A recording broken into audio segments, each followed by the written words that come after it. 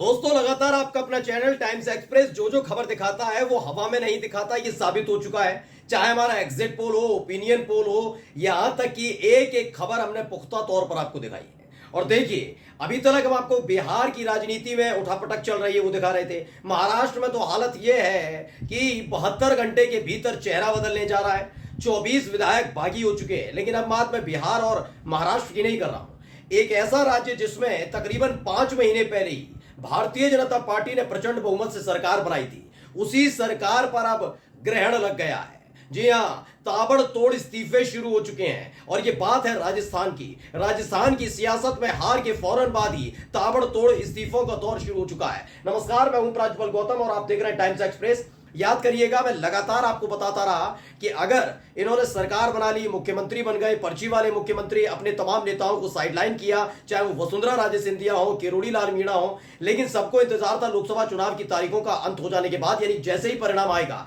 उसके बाद इनकी हालत दिखाई जाएगी। और उसके बाद ही जो मोदी जी जो शाह बाबू तेवर दिखा रहे थे शिवराज सिंह चौहान को, वसुंधरा राजे सिंधिया को, अब उनके तेवर नरम पड़ गए। खबर ये नहीं है, खबर यह है कि राजस्थान में अब इस्तीफों का दौर शुरू हो चुका है। इस वक्त की बहुत बड़ी खबर आपको बता रहा हूं, ये देखिए, पढ़िए। न भारत टाइम्स ने खबर छापी है, क्या लिखा?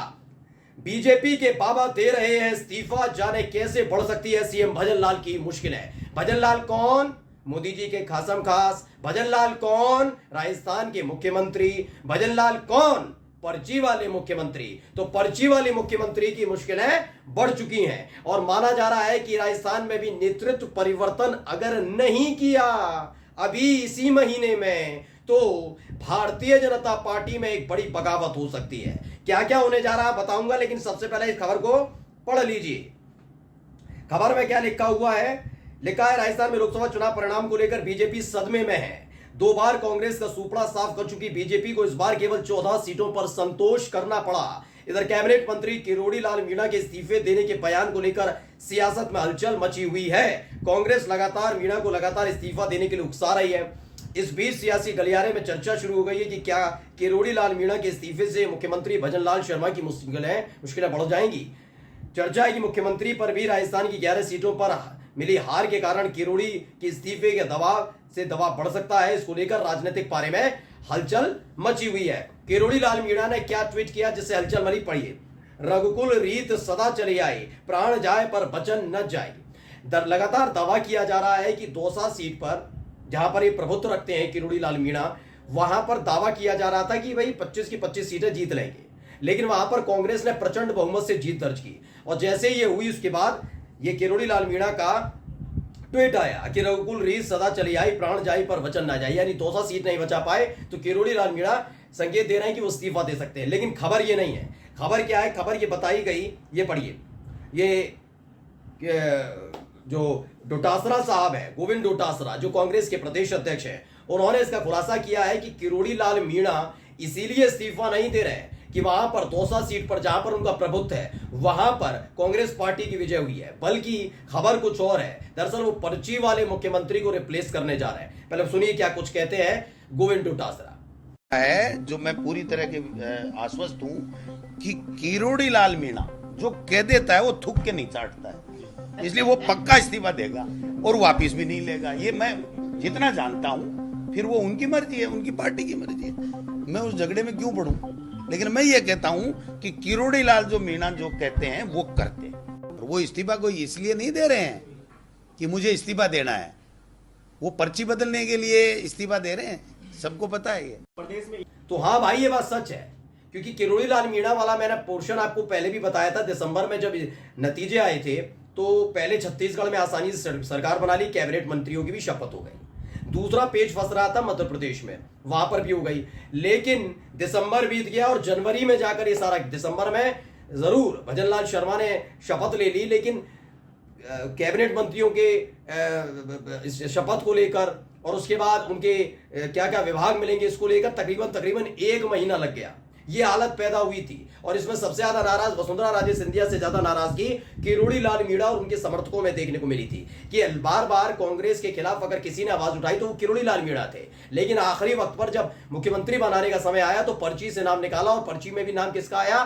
मोदी और शाह के सबसे खासम खास का, जिन पर अनुभव तक नहीं है, ना वो विधायक रहे कभी, मुख्यमंत्री तो दूर की बात है, इसको लेकर खासी नाराजगी थी। अब डोटासरा साहब दावा कर रहे हैं कि ये सारा का सारा रिप्लेसमेंट का खेल है, वो भी आगे आकर बताऊंगा कैसे है, लेकिन उससे पहले एक वीडियो आप देख लीजिए, गौर से देखिए। की कोशिश कहीं ना कहीं की। ईवीएम को लेकर के सीधे सीधे सवाल जो उठाए जा रहे थे, उससे जुड़े हुई तमाम बातें भी प्रधानमंत्री ने सीधे तौर पर उनका भी बिल्कुल जिसको कहते हैं कि तुर्की ब तुर्की जवाब दिया आज। देखिए, अब यही बात है ना कि कम से कम जो लोग राजनीति में जनता की अगुवाई कर रहे हैं, उन्हें तो इस बात का ख्याल रखना चाहिए कि कितनी गलत बात उन्होंने। अब आप समझिएगा, मोदी जी लगातार लोग उनसे पैर छू रहे हैं, आशीर्वाद ले रहे हैं, मैं पैर छू रहे हैं, लोग आशीर्वाद ले रहे हैं, लेकिन भीड़ को काटते हुए मोदी जी जाते हैं वसुंधरा राजे सिंधिया के पास। वही वसुंधरा राजे सिंधिया जिनको फूटी आंख नहीं देखना चाहते थे। जब राजस्थान में सरकार बनाने का खेल चल रहा था तो खुद नहीं गए, शाह बाबू नहीं गए, कौन गया था? गए तो थे राजनाथ सिंह। राजनाथ सिंह इसलिए गए, वो क्षत्रिय समाज से आते हैं और वसुंधरा राजे सिंधिया उनकी बात सुनती हैं, उनका सम्मान करती हैं। ये बात जानते थे मोदी शाह की वसुंधरा राजे सिंधिया उनकी बात नहीं सुनेंगी। इस बीच एक अंदर खाने से खबर फैलाई गई। खबर थी इनके बेटे दुष्यंत को लेकर। कहा गया है कि दुष्यंत पार्टी तोड़ने का काम कर रहे हैं, विधायकों की लॉबिंग कर रहे हैं। इसको लेकर वसुंधरा राजे सिंधिया उखड़ गई थी। वो सीधे जयपुर से दिल्ली में अपने बेटे के साथ पहुंच गई थी और मुलाकात की थी। आगे तरीरी थी तो सबके चेहरे उतर गए थे। यानी कल तक जो दुष्यंत बीजेपी के लिए, मोदी शाह गुट के लिए विलेन हुआ करते थे, अब उनको आशीर्वाद पीठ ठोक कर मोदी जी देते हुए नजर आए। वसुंधरा राजे सिंधिया से मुलाकात का ये तस्वीर जैसे ही सामने आई, सियासी गलियारा गर्मा रहा था, लेकिन तभी खबर आई कि किरोड़ी लाल मीणा इस्तीफा देने जा रहे हैं। अब किरोड़ी लाल मीणा इस्तीफा देंगे तो कैसे मुश्किलें बढ़ेंगी, इसको आगे भी नवभारत टाइम्स ने लिखा है। क्या लिखा है मैं पढ़कर बताता हूं। इसमें लिखा है कैसे बढ़ेंगी, मंत्रियों पर भी बढ़ सकता है दबाव। अब इसमें क्या है, किरोड़ी लाल का इस्तीफा मुख्यमंत्री पर भी बनाएगा दबाव। क्या है, किरोड़ी लाल मीणा ने अपने बयान से सियासत में हलचल मचाकर रखी है। गत दिनों उन्होंने कहा कि पीएम मोदी ने उन्हें 11 लोकसभा सीटों की जिम्मेदारी सौंपी थी। इनमें 7 लोकसभा सीटों को लेकर उन्होंने कहा कि यदि इनमें से एक भी लोकसभा सीट हारे तो वो अपना इस्तीफा दे देंगे। इस दौरान चुनाव परिणाम में किरोड़ी लाल मीणा की ओर से बताई गई 7 सीटों में से लगभग सभी सीटों पर बीजेपी हारी हुई है। ऐसे में अब सियासत में इस बात की चर्चा है कि क्या किरोड़ी लाल मीणा अपना इस्तीफा देंगे या नहीं। यदि किरोड़ी लाल ने अपना इस्तीफा दे दिया तो क्या नैतिकता के नाते मुख्यमंत्री भजन लाल पर भी दबाव बढ़ेगा?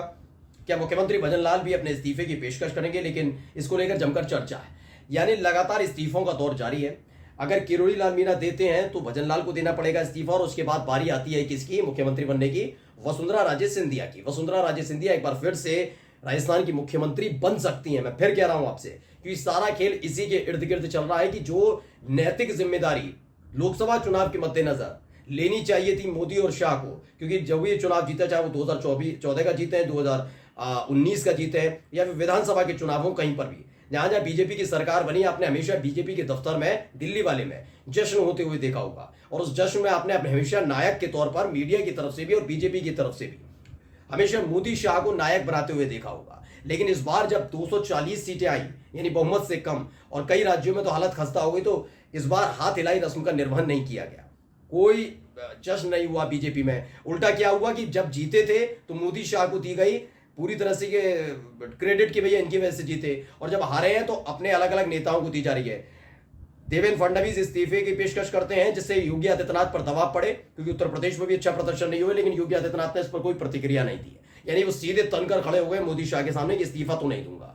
यही हालत अब राजस्थान में है। किरोड़ी लाल मीणा अगर इस्तीफा देते तो नैतिक जिम्मेदारी, चूंकि भजन लाल के हाथ में खुद नहीं है, मोदी शाह की जिम्मेदारी बन जाएगी कि वो अपने लाडले से कहें कि इस्तीफा दे दो, शर्म कर लो, और लोग दे रहे हैं, वरना बगावत हो जाएगी। वैसी ही सीटें कम चल रही हैं, और ऐसा हुआ तो उसके बाद वसुंधरा राजे सिंधिया फिर से मुख्यमंत्री बन सकती हैं। इस बात की चर्चा राजस्थान के सियासी गलियारों में बहुत तेजी से चल रही है। और जो बॉडी लैंग्वेज, जो हाव भाव, जिस तरह से मुलाकात मोदी ने एनडीए की बैठक के दौरान की वसुंधरा राजे सिंधिया से, उसमें साफ पता लगता है कि इस बार हथियार डाल दिए गए। नमस्कार।